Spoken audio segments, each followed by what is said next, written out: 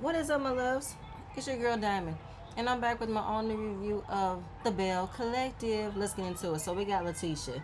She's heading over to meet up with a financial advisor to get her ducks in a row. She wants to be more financially independent, and while she is still married to Glenn, she wants to be in that space of protection. Okay, she has her 1099s, her W-2s, wonders if there's life insurance in the mix, if she has any assets, any investments. She has none at the moment because she's literally starting off with becoming financially stable. Like, we literally see Tisha admit she doesn't have a bank account, she didn't have a credit card, she is building her credit. Everything is literally a first for her, right? So she just wants to know the difference between a post-nup and a prenup. And usually a prenup is what you sign before the marriage, okay? And a post-nup is in the same realm. You're pretty much creating a list of assets you have obtained during the marriage. And if you want to separate and divide once you guys are not going to be in the marriage anymore, you know what you're going to get. Because she wants to make sure that all the hard work she's done and everything that she's going to continue to have is going to take off. She wants it to be protected, as she should, right? And then she wants to open up the door to talk about how to make Glenn her manager. Well, the advisor gave, not the advisor, the attorney gave her an option about you becoming a CEO of your brand, and you can hire somebody under you to be your manager, but you can also add him to be your adversary, somebody that you can take advice from. You know, that's his role.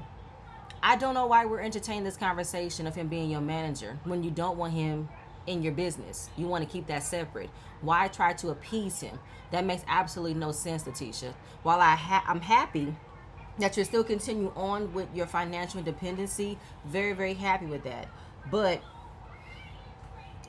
why do you still attach Glenn into everything that you don't want him to be included in? Why? That doesn't make any sense. And the fact that this is you starting out firsthand of how to build your credit. You're now finally having these conversations later in life. Granted, when you learn how to ride a bike, it doesn't matter how age you are. First time for everything. You know what I'm saying? So this is a lesson for you that you should not have put all your trust in this man, where you wouldn't have known how to wonder where is your money going. How can you protect yourself and your brand?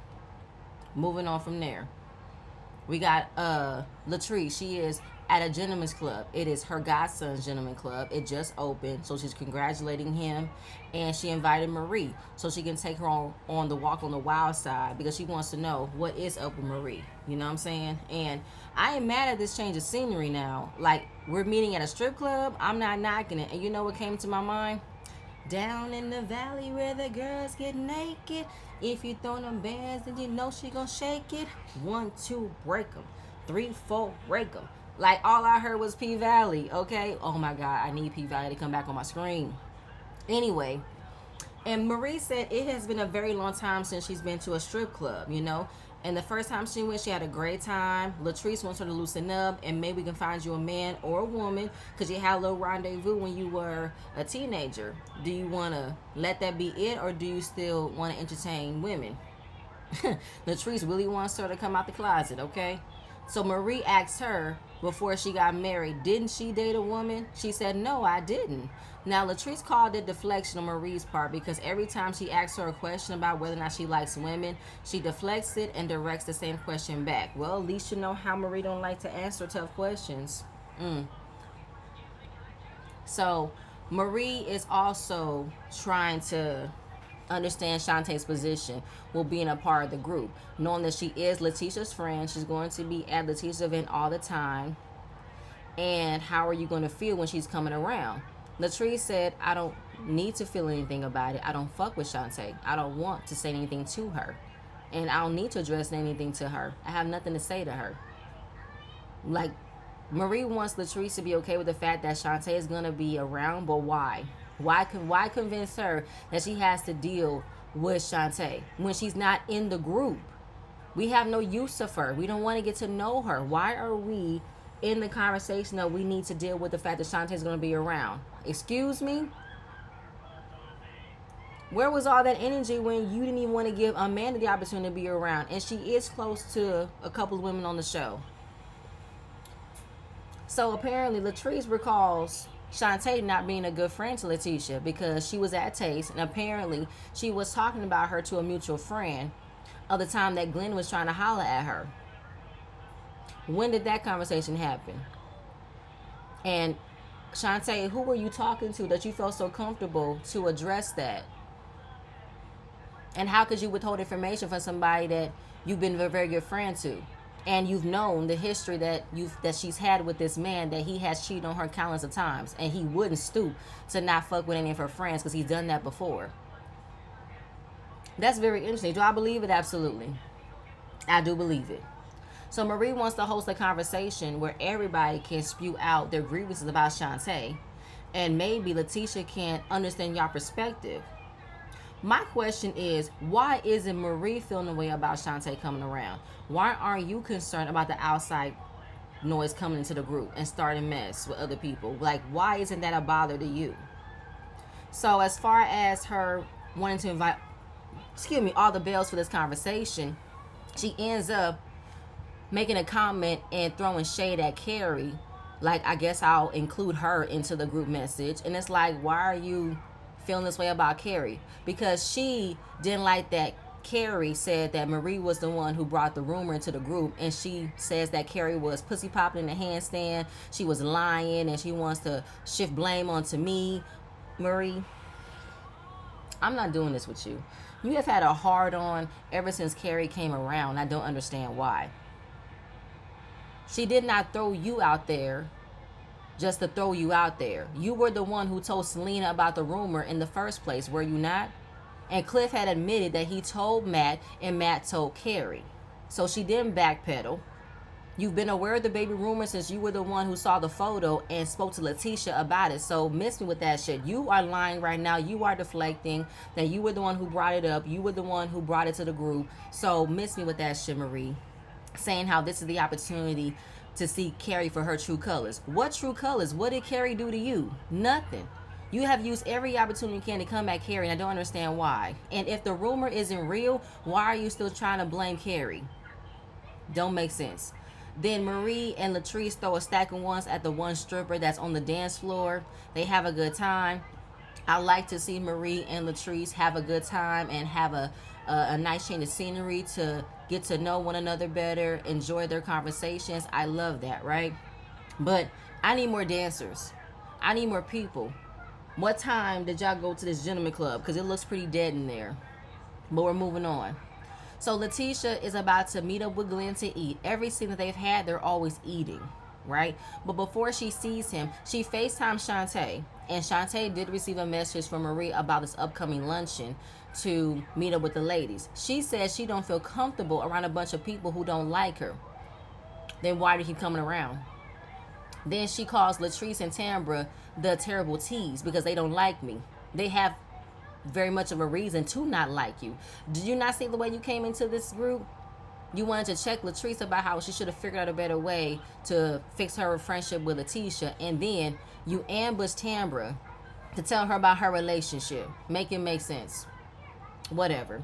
When Glenn finally comes, Lateshia tells him about the luncheon that Marie invited her to, and Shante will be there as well, and apparently all have issues with Shante. And Glenn said, I'm not surprised because you know she don't like me. She don't think I'm good enough for you. Lateshia was like, really? She said that? How did you not know she said that? I swear to God, Lateshia acts so dumb sometimes. Because she knows what is being said, and she knows somebody's going to feel away, but she wants to act like I didn't even know you felt this way. Girl, apparently Glenn has expressed multiple times that she don't like him and that she don't like him for her. I believe it, because we don't like him for her either. And if Glenn has felt and seen with his own eyes throughout the years he's been with Lateshia that Shante don't like him,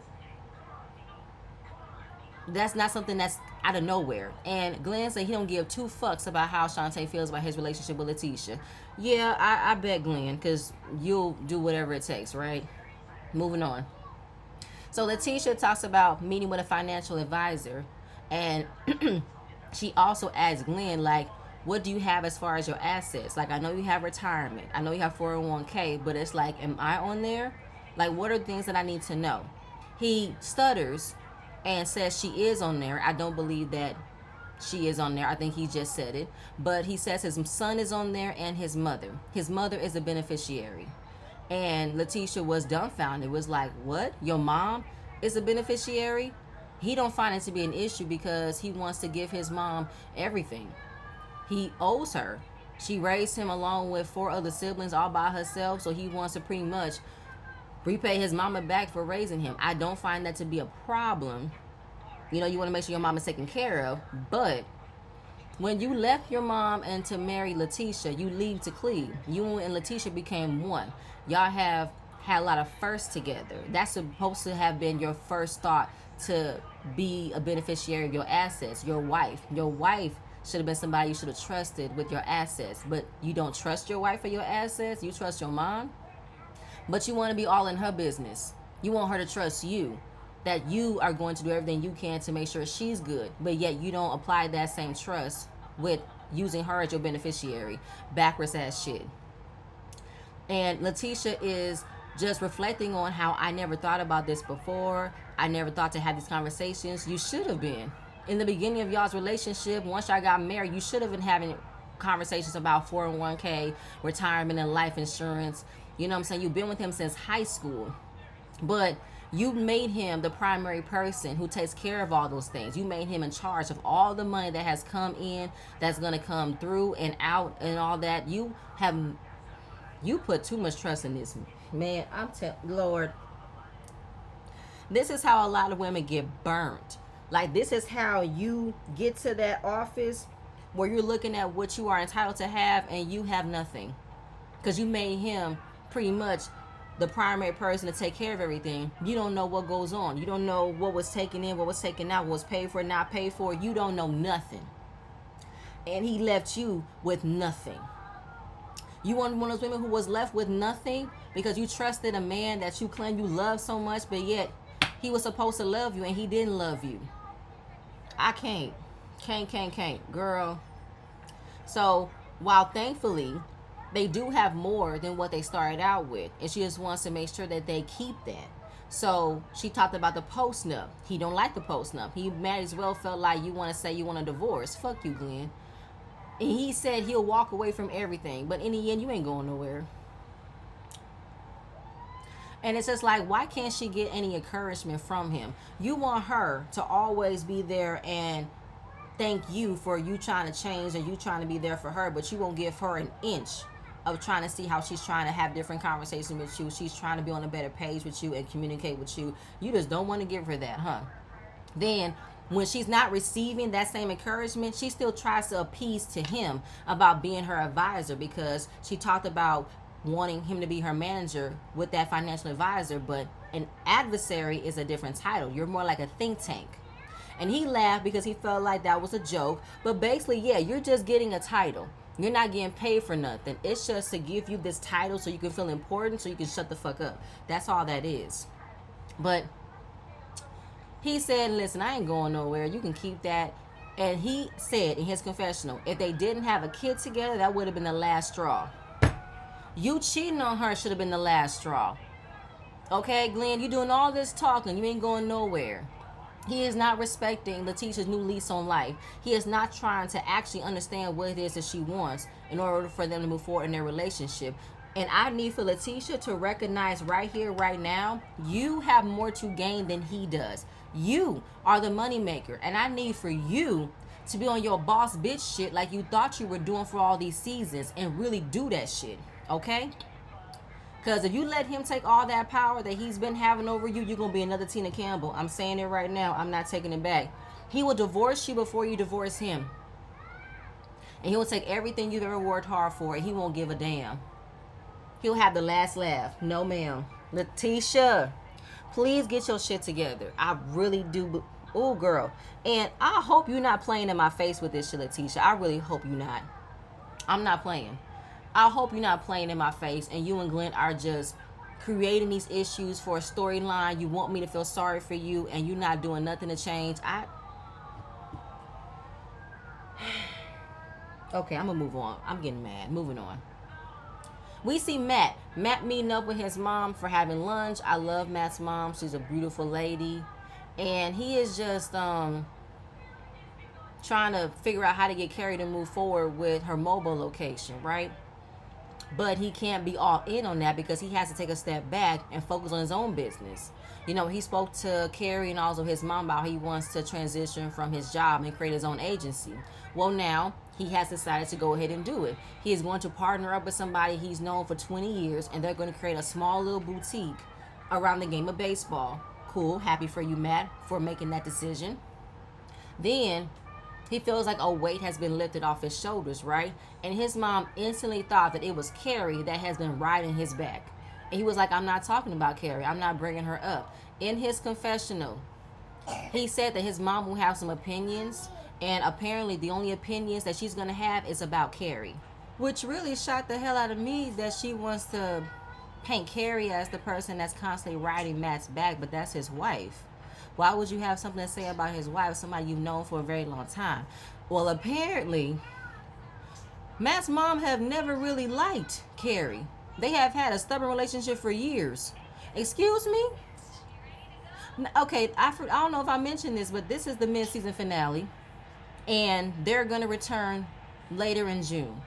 And we're going to see a scene of Kerri defending the fact that she's been a part of this family since 1998. Matt's mama, you mean to tell me you've never liked Kerri at all ever since Matt brought Kerri to your house? Is Matt your only son? I don't know if I like that. I don't like that. I don't like that. I don't like that. I don't like that. Continuing on, Matt gives us a story that both him and Kerri have been together since they were teenagers, and they both have gained success in different lanes, and they've been trying to balance home life and career. The kids are getting older, so they're just trying to see how they can come together. You know, they're both out chasing their dreams, and they're not stopping. They're both driven individual, and that is beautiful to see, that you have two people who have fell in love, create a family, and have all navigated success by going after their dreams, and they want to balance that. That's beautiful to see, you know what I'm saying? But I don't know, Matt's mama, she ain't gonna call out that maybe Matt got too much on his plate. She's gonna put it all on Kerri, and that Kerri's not gonna change. You keep on letting her have her way. You're not putting your foot down. And then Matt added that Kerri likes to listen sometimes, and he says, I gave Kerri too much room to make decisions without me. What decisions did she make without you, Matt?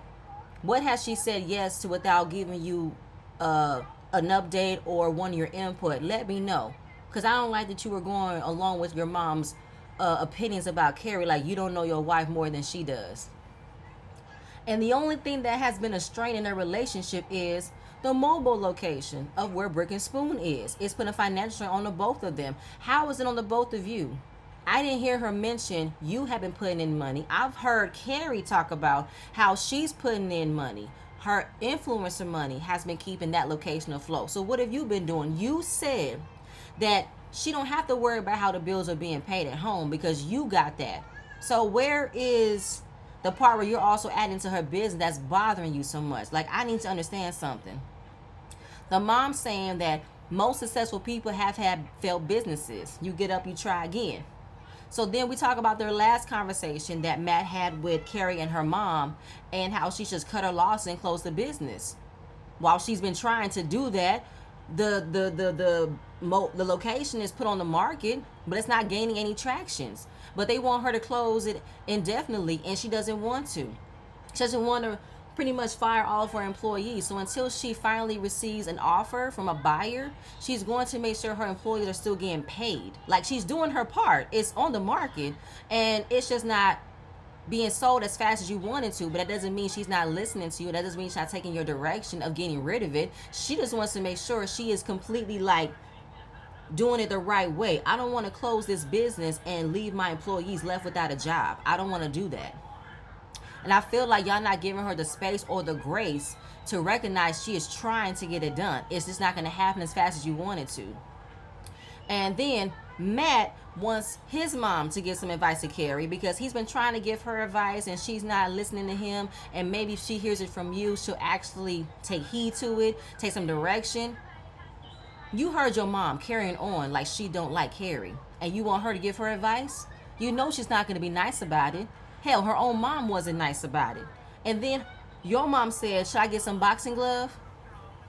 What do you expect to happen when you had this conversation with Kerri, Matt's mom? What? I don't like that. That bothered me, Matt. No, no, no, no. Why are you sicking your mom on your wife? No, it wasn't cool when her mom did it. What makes you think it's going to be the best outcome if your mom going to do it? I don't like when mother-in-laws have issues with daughter-in-laws. I don't like to see that. Because it's not right. It's not cool. You know what I'm saying? Making it seem as if Kerri has been the problem this entire time when you have said, Matt, you and your wife are successful. Your wife has 2 successful locations and she is a very popular influencer. You're successful too. So why are you making it seem as if you guys are just going through the motions right now? This ain't working out. Like, why aren't you giving her the grace to understand that you know she's going to figure it out? I don't like that, Matt. I don't. Like, I love you and Kerri's relationship. I don't think this is going to break y'all, but I feel like Kerri's going to look at you a bit funny that you wanted to enlist your mom to tell her she needs to get it with the program and take care of this and just shut the business down. I don't like that. Because I don't think Kerri will give you a time frame of how you want to fix this situation you have with your job. She didn't give you no ultimatum that you need to stay at your business and figure it out and suffer through it. No, she tried to give you support and give you room that you can make this decision because she trusts your input. She trusts you being a great businessman. Why can't you have that same trust for her? Prove me wrong, Matt. Please prove me wrong. Please. Moving on. Lateshia and Glenn. She's at home, pretending to do some work on her computer, click-clacking away. She was on the phone with First, and he is back being her manager. His little vacation time is over. Things are not moving forward.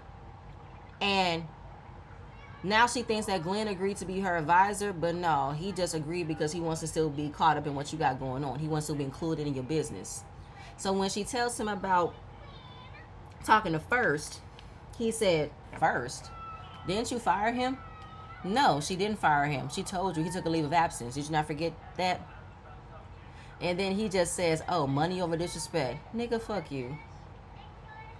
Glenn, fuck your disrespect, okay? Money over disrespect. You chose pussy over your wife.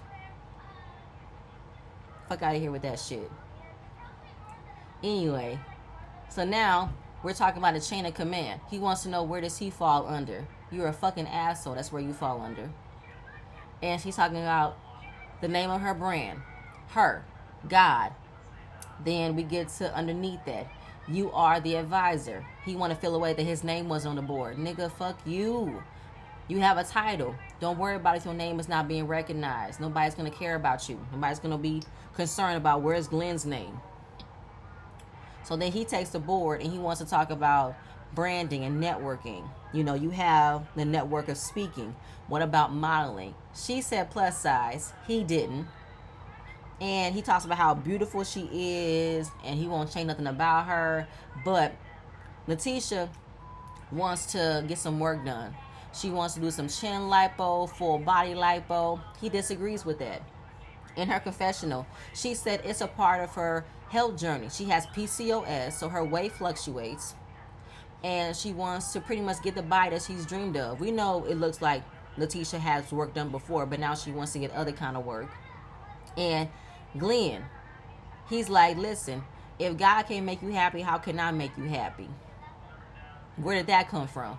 Instead of him wondering about, is she going to be okay with going through this surgery? I don't want any complications. I don't want you to, die out of this, because a lot of people have been unalived going through cosmetic surgery. Okay, I don't want that to happen to you. Could there be other ways, other alternatives that doesn't require for you going under the knife? Can we do some less invasive cosmetic work? Can we work out? Instead of him showcasing how he needs to be a concerned husband with his wife saying she wants to get cosmetic surgery, this motherfucker said, I don't want you to have unwanted attention.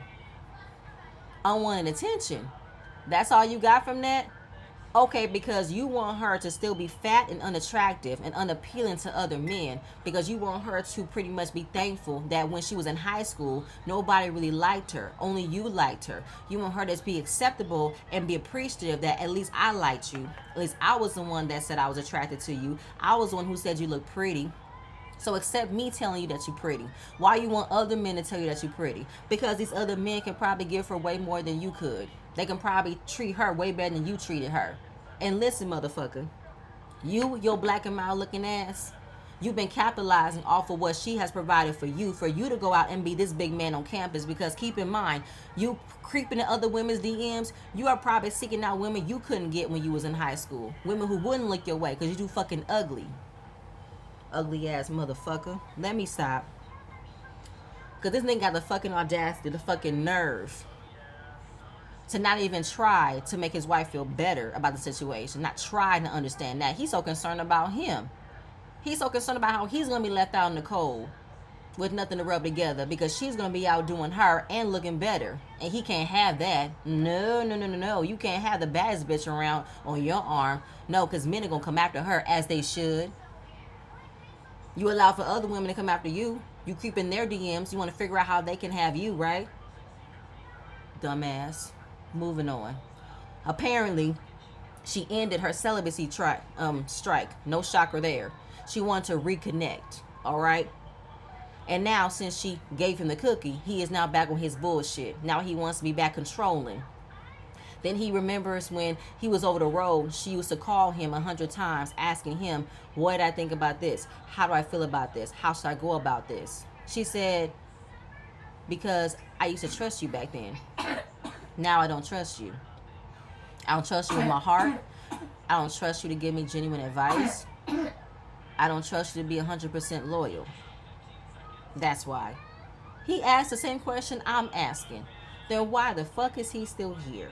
She said, I don't know. I still want to work on that. Like, I'm willing to work on making changes. I don't know what else to do. He said sometimes it's easier to just start over. Okay, well, start over. Go ahead. The door is that way. Drop your ring off. See you later. That's simple, right? I don't know. What is this? Y'all beating a dead horse. Do y'all still love each other? Do y'all still want to be with one another? I feel like y'all are just used to being with each other. Like, Lateshia, why are you sticking around with a man who isn't seeing this newfound person of you? Who isn't seeing this change in you? Why isn't he understanding why you want to be with this person? Why isn't he understanding why you are this person? Why? Why is he fighting so hard to not give you the space of how you want to change, you want to be different? Why isn't he seeing that? And listen, come to find out, when Glenn don't get his way, he throws that D word out. Oh, that's playing games, huh? You want her to just fix it and be back on how you want her to become. Be that woman that hang on to her every word, you being controlling, you keeping her under your thumb and all that kind of shit. Fuck you. Fuck you, fuck you, fuck you, okay? And listen, you want to throw out that D word like it's candy? Go ahead. Every time I will go to the courthouse and draw up divorce papers with the quickness. The moment that he don't get what he want out of me, he said, I'm leaving. I'm going to divorce. Here you go. Pen's over there to the left. Go ahead and sign it and be done with it. And see what his ass going to say then. Because this bluffing shit he doing, trying to keep you stuck and stagnant, because he knows he can't find nobody better than you. Play games if you want me to. Play games if you want to. I swear to Bob. Play games. Let's play games. Let's play. Let's play games. We gonna play games, okay? I can show you better than I can tell you. All right? I'm moving on. We got Latrice. She and Cliff are getting in their golf cart to drive around her 300-acre land where she created Airbnbs. They're about 95% complete. Last minute touch-ups. She can list them on the Airbnb website and make some money. Girl, just the ability for you to just drive in your own estate, traveling from your main house to the other house to oversee everything. You ain't got to drive that far because each Airbnb house is so secluded. There's a lake, there's yard space. Shout out to Latrice and Cliff. That's how you use your money, okay? That's how you elevate, make multiple streams of income, as well as having taste and having the condos above it. Girl, love it, love it, love it. We got Latrice mama. She comes by, and she wants her mom's approval, and she sees what she's been working on. She loves it. Then we talk about what's been going on with her so-called friends. So she talks about everybody wants to be transparent, right? But I feel like the people in our group just wants to be in everybody else's business. And they called my friend Tambra out because she hasn't been transparent. So she had to come up with a way to showcase that. And they now understand how she is. I know how she is. And her biggest accomplishment was having her daughter. Now Latrice is feeling that baby fever. When she saw London Simone, she wanted to take her home with her. Even though she said kids was never a part of her journey, right? Cliff has always wanted to have kids, and at every moment, he's always told her, I want to have a kid. She said, I don't want a kid. Now, he's at that point where he don't want no more kids, and now she's changing her mind with saying, I want a baby right now. So I think her mom asked her, are you ready for a baby? Listen, you are never completely ready for a baby, but when you want to have a child so badly, you will do whatever it takes to have one. I don't think that Latrice really has the right reasons on wanting to have a baby.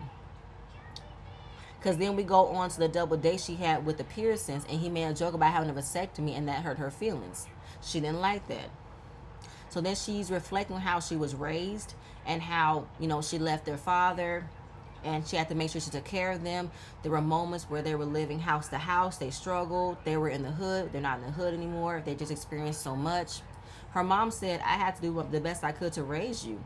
I had to scrap and scrape every single thing I could to make sure you had a good life.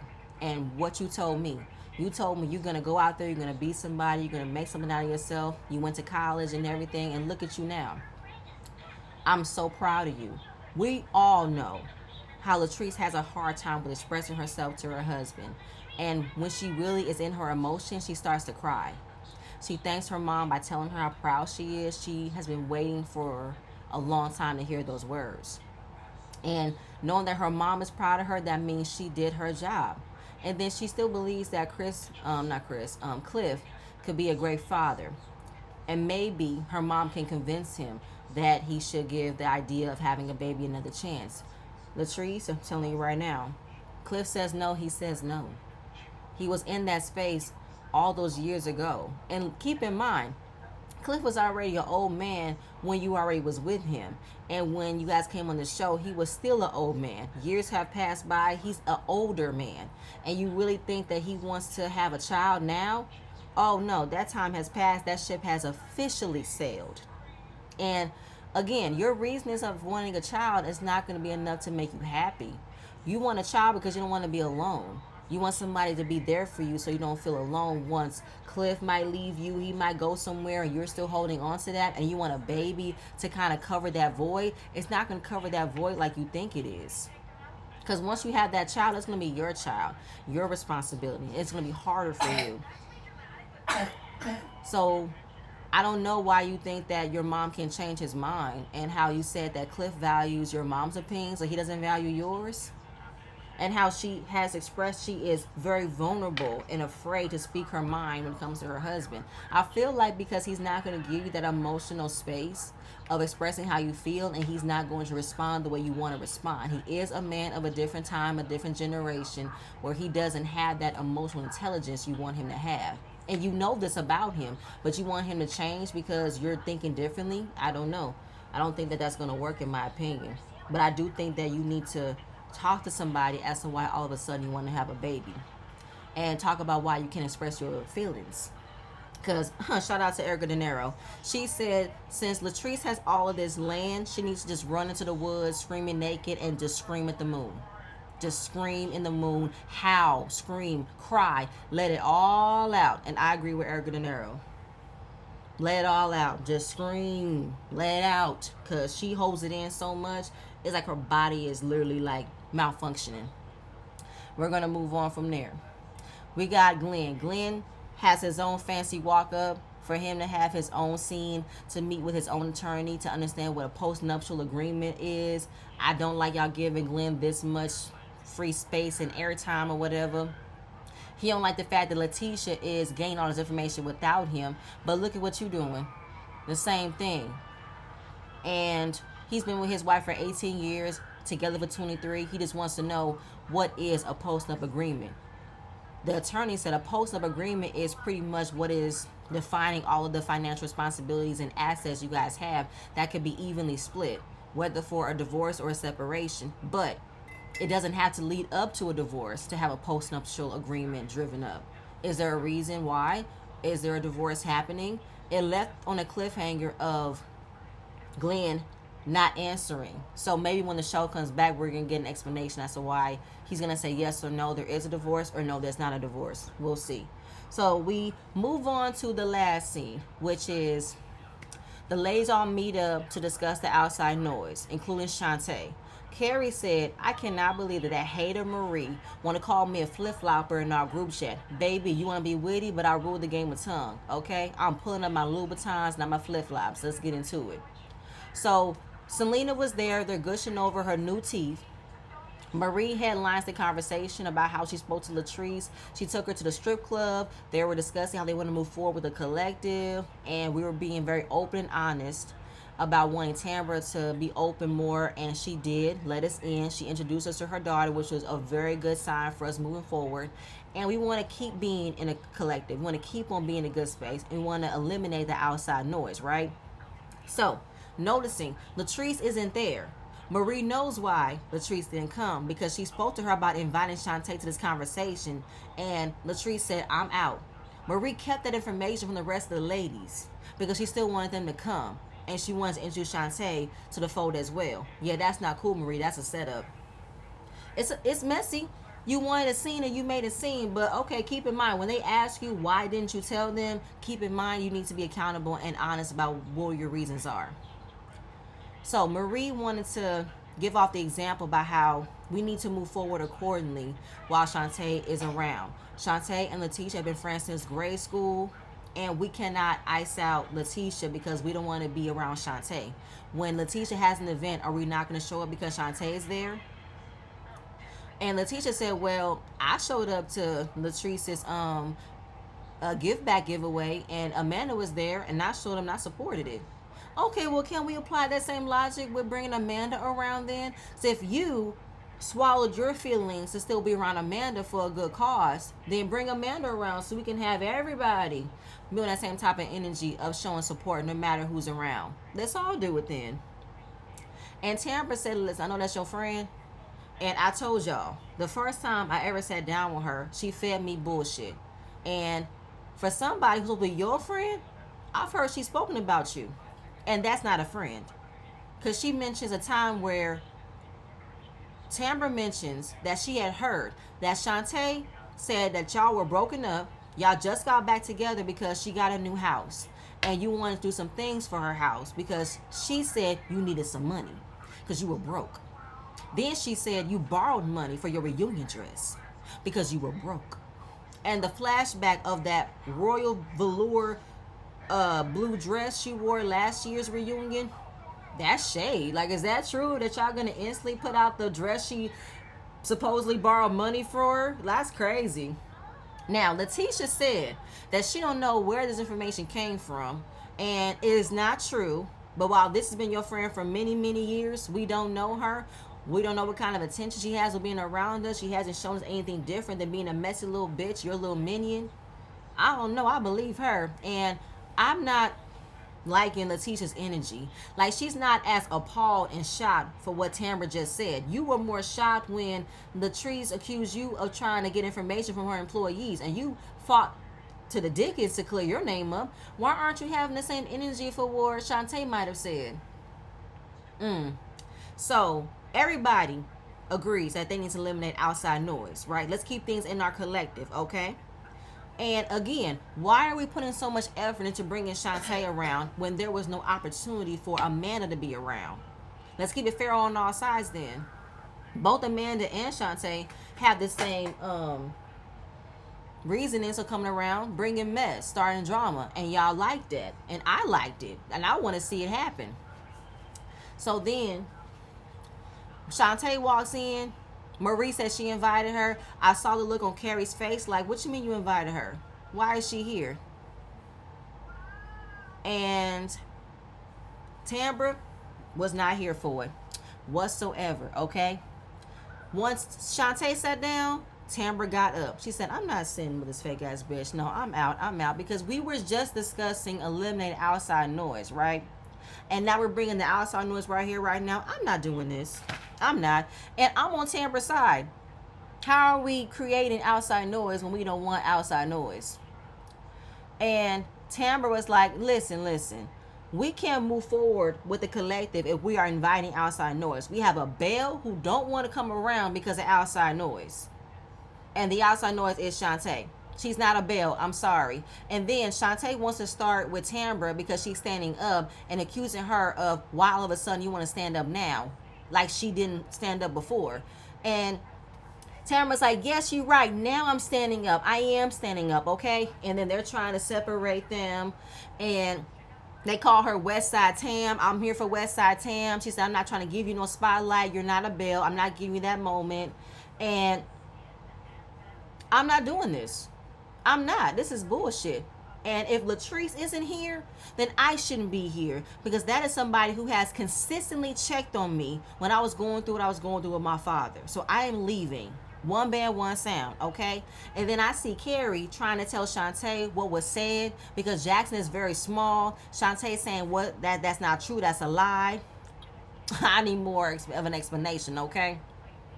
Because you thought that you were telling Tambra about her relationship, like you had actual factual shit, and you didn't. So who's to say what you said wasn't a lie either? Moving on. And we just see Tambra in her fur coat saying, I will whoop her ass. She better not play with me. And that was the end. And I'm excited.